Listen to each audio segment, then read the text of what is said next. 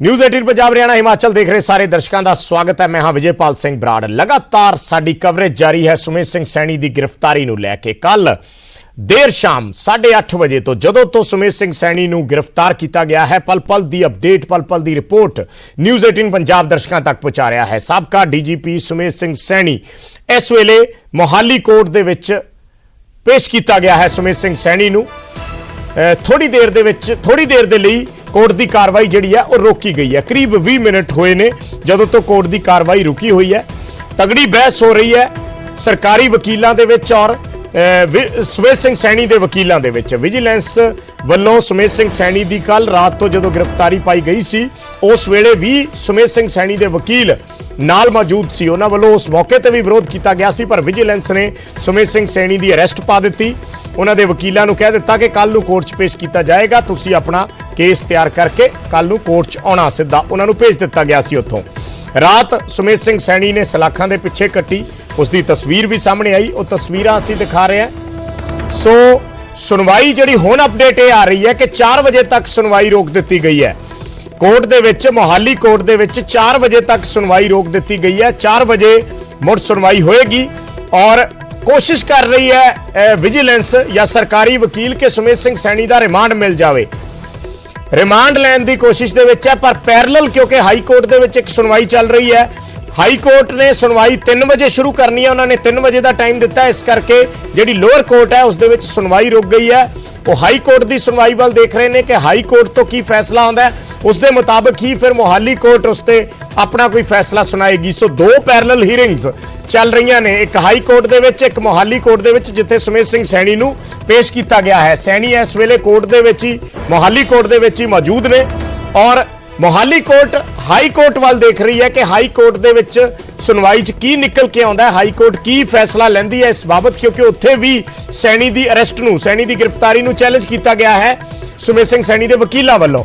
सो high court दे फैसले तो बाद सुनवाई होएगी या उस फैसले की रोशनी दे विच मोहाली कोर्ट दे विच सुनवाई होएगी, क्योंकि जाहिर जी गल है कि वड्डी कोर्ट दे विच जदों पैरलल केस चल रहा होवे तां फिर जिहड़ियां छोटियां अदालतां हुंदियां वो वड्डी कोर्ट दे फैसले वाल देखदियां हैं कि उधरों की फैसला आउंदा और उस लिहाज नाल अगे मोहाली कोर्ट अपना फैसला सुनाएगी। सो हुण दी अपडेट यह है कि 4 बजे तक मोहाली कोर्ट दे विच सुनवाई रोक दी गई है और 3 बजे तक हाई कोर्ट दे विच सुनवाई रुकी हुई है। पंजाब हरियाणा हाई कोर्ट दे विच 3 बजे सुनवाई शुरू होएगी पंजाब हरियाणा हाई कोर्ट च। उस तो बाद फिर उत्थे की निकल के आउंदा है उस दे आधार ते मोहाली कोर्ट दे विच सुनवाई सुमेश सिंह सैनी दे केस दी कीती जावेगी। हुण तक जो सुनवाई दे विच होया है वो असीं दर्शकां नूं सिलसिलेवार एक बारी फिर दस दिंने आ।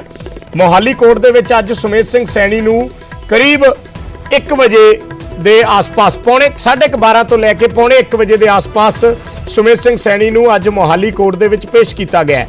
कल तो गिरफ्तार किया होया सी, हिरासत दे विच ने, उस दियां तस्वीरां भी सामने आईयां। मोहाली दे सैक्टर 68 विजिलेंस दफ्तर दे विच सुमेश सिंह सैनी नूं रखिया गया। विजिलेंस दफ्तर दे अंदर जिहड़ी हवालात बनी हुई है उस हवालात दे विच सुमेश सिंह सैनी नूं रखिया गया।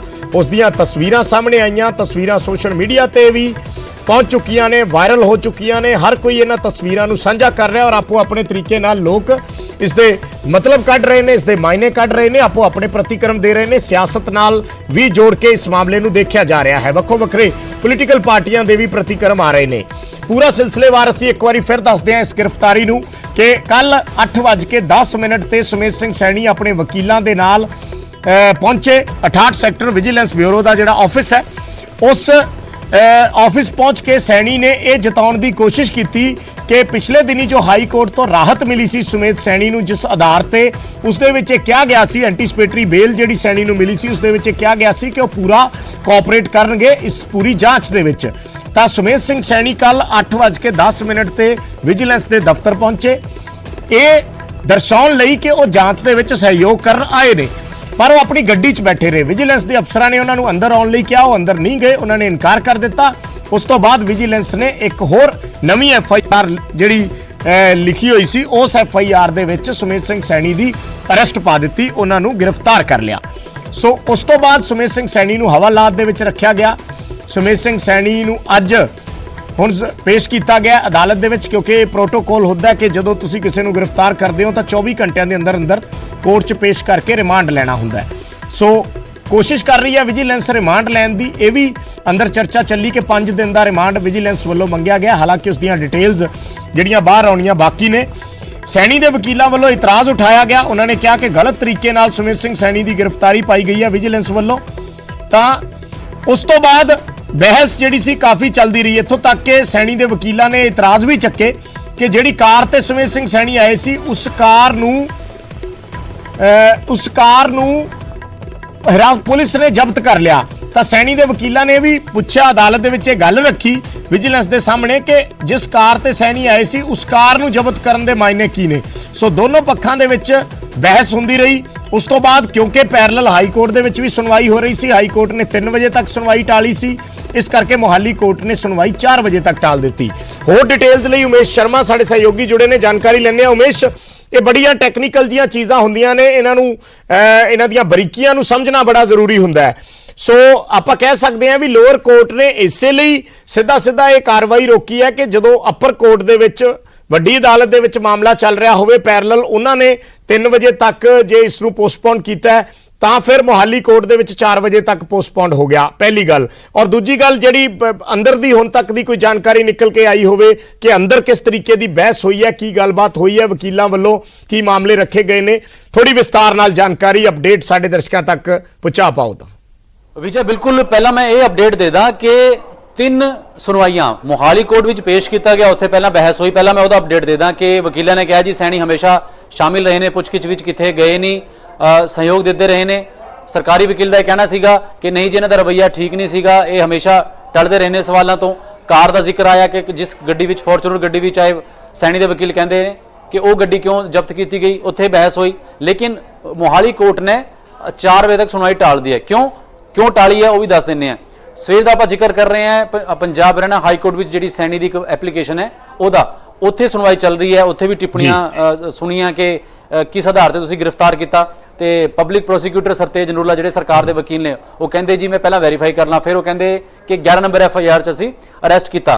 ਫਿਰ ਜਸਟਿਸ ਤਿਆਗੀ ਕਹਿੰਦੇ ਨੇ ਕਿ ਕਿਹੜੇ ਨਿਯਮਾਂ ਦਾ ਪਾਲਣ ਕੀਤਾ ਗਿਆ, ਪ੍ਰੋਸੀਜਰ ਕੀ ਅਪਣਾਇਆ ਗਿਆ, ਉਹ ਦੱਸੋ। 3 ਵਜੇ ਅਸੀਂ ਫਿਰ ਇਸ ਕੇਸ ਨੂੰ ਸੁਣਾਂਗੇ। ਇਹ ਹੋਗੀ ਦੂਜਾ ਕੇਸ। ਉਸ ਤੋਂ ਪਹਿਲਾਂ ਬੰਦੀ ਪ੍ਰਤੱਖੀਕਰਨ ਯਾਚਿਕਾ ਹੈਬੀਅਸ ਕਾਰਪਸ ਜਿਹਨੂੰ ਕਹਿੰਦੇ ਨੇ, ਉਹ ਫਾਈਲ ਕੀਤੀ ਗਈ ਸੀ ਜਸਟਿਸ ਝਿੰਗਨ ਦੀ ਅਦਾਲਤ ਵਿੱਚ। ਉਹਦੇ ਵਿੱਚ ਸੁਣਵਾਈ ਹੋਈ ਹੈ। ਜਸਟਿਸ ਝਿੰਗਨ ਨੇ ਸਾਫ਼ ਕਿਹਾ ਕਿ ਮੈਂ ਇਸ ਮਾਮਲੇ 'ਚ ਕੁਝ ਨਹੀਂ ਕਰ ਸਕਦਾ। ਜੇ ਤੁਸੀਂ ਚਾਹੁੰਦੇ ਹੋ, ਸੈਣੀ ਦੇ ਵਕੀਲਾਂ ਨੂੰ ਕਿਹਾ ਕਿ ਜੇ ਤੁਸੀਂ ਚਾਹੁੰਦੇ ਹੋ ਤੇ ਨੋਟਿਸ ਦੇ ਸਕਦੇ ਹਾਂ ਵੱਧ ਤੋਂ ਵੱਧ ਵਿਜੀਲੈਂਸ ਨੂੰ। ਲੇਕਿਨ ਸੈਣੀ ਦੇ ਵਕੀਲਾਂ ਨੇ ਕਿਹਾ ਕਿ ਨਹੀਂ ਜੀ, ਤੁਸੀਂ ਕੋਈ ਫੈਸਲਾ ਲਓ। ਉਹਨਾਂ ਨੇ ਸੁਣਵਾਈ ਤੋਂ ਇਨਕਾਰ ਕਰਤਾ। ਚੀਫ ਜਸਟਿਸ ਕੋਲ ਗਿਆ ਇਹ ਮਾਮਲਾ। ਚੀਫ ਜਸਟਿਸ ਨੇ ਇੱਕ ਬੈਂਚ ਲਈ ਵਾਪਸ ਜਸਟਿਸ ਤਿਆਗੀ ਕੋਲ, ਯਾਨੀ ਕਿ ਹੁਣ ਜਸਟਿਸ ਤਿਆਗੀ ਕੋਲ 2 ਸੁਣਵਾਈਆਂ ਹੋਣੀਆਂ ਨੇ। ਇੱਕ ਜਿਹੜੀ ਐਪਲੀਕੇਸ਼ਨ ਪਹਿਲਾਂ ਪਾਈ ਹੋਈ ਹੈ, ਇੱਕ ਜਿਹੜੇ ਸਵੇਰੇ ਅੱਜ ਹੈਬੀਅਸ ਕਾਰਪਸ ਸੈਣੀ ਦੇ ਵਕੀਲਾਂ ਵੱਲੋਂ ਕਿ ਜੀ ਸਾਡੀ ਜਿਹੜੀ ਬੰਦੀ ਪ੍ਰਤੱਖੀਕਰਨ ਯਾਚਿਕਾ ਹੁੰਦੀ ਹੈ ਕਿ ਸਾਡੇ ਬੰਦੇ ਨੂੰ ਪ੍ਰੋਡਿਊਸ ਕੀਤਾ ਜਾਵੇ, ਉਹਨੂੰ ਗਲਤ ਰਿਟੇਨ ਕੀਤਾ ਗਿਆ, ਉਸ ਤੇ ਇਸੇ ਕਰਕੇ ਹਾਈ ਕੋਰਟ ਵਿੱਚ ਦੀ ਸੁਣਵਾਈ ਹੁਣ ਅਹਿਮ ਹੋ ਗਈ ਹੈ ਵਿਜੇ। ਜੋ ਹਾਈ ਕੋਰਟ ਵਿੱਚ ਸੁਣਵਾਈ ਹੋਏਗੀ, ਜੋ ਆਰਡਰ ਹੋਏਗਾ ਜਾਂ ਕੋਈ ਵੀ ਫੈਸਲਾ ਆਏਗਾ, ਉਸ ਤੋਂ ਬਾਅਦ ਹੀ ਨਿਚਲੀ ਅਦਾਲਤ ਮੋਹਾਲੀ ਕੋਰਟ ਕੋਈ ਆਪਣਾ ਡਿਸੀਜਨ ਦੇ ਪਾਏਗੀ। ਕਿਉਂਕਿ ਜਦੋਂ ਅਗਰ ਵੱਡੇ ਕੋਰਟ ਨੇ ਕੁਝ ਕਹਿਤਾ ਤਾਂ ਥੱਲੀ ਕੋਰਟ ਦਾ ਡਿਸੀਜਨ ਕੋਈ ਮਾਇਨੇ ਨਹੀਂ ਰੱਖਦਾ।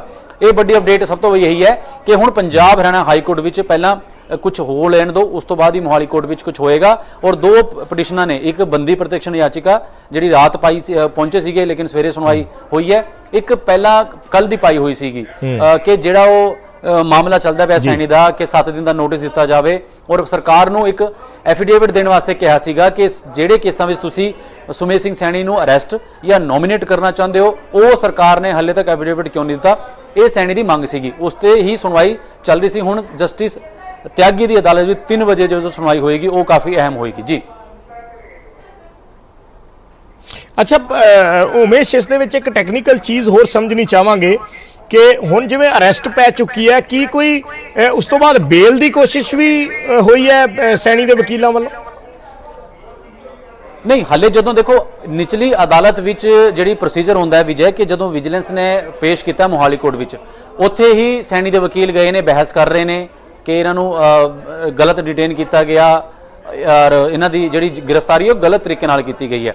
ਹਾਈ ਕੋਰਟ ਵਿੱਚ ਤੁਸੀਂ ਸਿੱਧਾ ਡਾਇਰੈਕਟ ਬੇਲ ਨਹੀਂ ਪਾ ਸਕਦੇ, ਤੁਹਾਨੂੰ ਪਹਿਲੇ ਥੱਲੇ ਆਣਾ ਪੈਂਦਾ ਹੈ। ਲੇਕਿਨ ਉਹੀ ਟੈਕਨੀਕਲੀ ਗੱਲਾਂ ਇੰਨੀਆਂ ਜ਼ਿਆਦਾ ਉਲਝੀਆਂ ਹੋਈਆਂ ਨੇ ਕਿ ਹਾਈ ਕੋਰਟ ਵਿੱਚ ਵੀ ਅਲੱਗ ਦੋ ਮਸਲੇ ਚੱਲ ਰਹੇ ਨੇ। ਇੱਕ ਜਿਹੜੀ ਹੈਬੀਅਸ ਕਾਰਪਸ ਯਾਨੀ ਕਿ ਬੰਦੀ ਪ੍ਰਤੀਕਸ਼ਕਣ ਯਾਚਿਕਾ ਜਿਹਨੂੰ ਕਹਿੰਦੇ ਨੇ ਉਹ ਪਈ ਅੱਜ ਪਈ। ਇੱਕ ਕੱਲ ਦੀ ਐਪਲੀਕੇਸ਼ਨ ਦੀ ਸੁਣਵਾਈ ਸੀਗੀ ਉਹ ਚੱਲ ਰਹੀ ਹੈ ਤੇ 3 ਵਜੇ ਹੀ ਸਾਰਾ ਕੁਝ ਕਲੀਅਰ ਹੋਏਗਾ ਕਿ ਸੈਣੀ ਅੰਦਰ ਰਹਿਣਗੇ ਜਾਂ ਰਿਲੀਫ ਮਿਲੇਗੀ ਜਾਂ ਸ਼ਿਕੰਜੇ ਵਿੱਚ ਰਹਿਣਗੇ। ਠੀਕ ਹੈ ਧੰਨਵਾਦ ਉਮੇਸ਼ ਫਿਲਹਾਲ ਇਸ ਜਾਣਕਾਰੀ ਦੇ ਲਈ। ਤਾਂ 3 ਵਜੇ ਤੋਂ ਜਦੋਂ ਸੁਣਵਾਈ ਸ਼ੁਰੂ ਹੋਏਗੀ ਫਿਰ ਅਪਡੇਟ ਦੁਬਾਰਾ ਆਉਣੀ ਸ਼ੁਰੂ ਹੋਏਗੀ ਕਿ ਕੀ ਸੈਣੀ ਦੀ ਜਿਹੜੀ ਗ੍ਰਿਫਤਾਰੀ ਨੂੰ ਚੈਲੰਜ ਕਰ ਰਹੇ ਨੇ ਉਹਨਾਂ ਦੇ ਵਕੀਲ, ਉਸ ਦੇ ਵਿੱਚ ਅਦਾਲਤ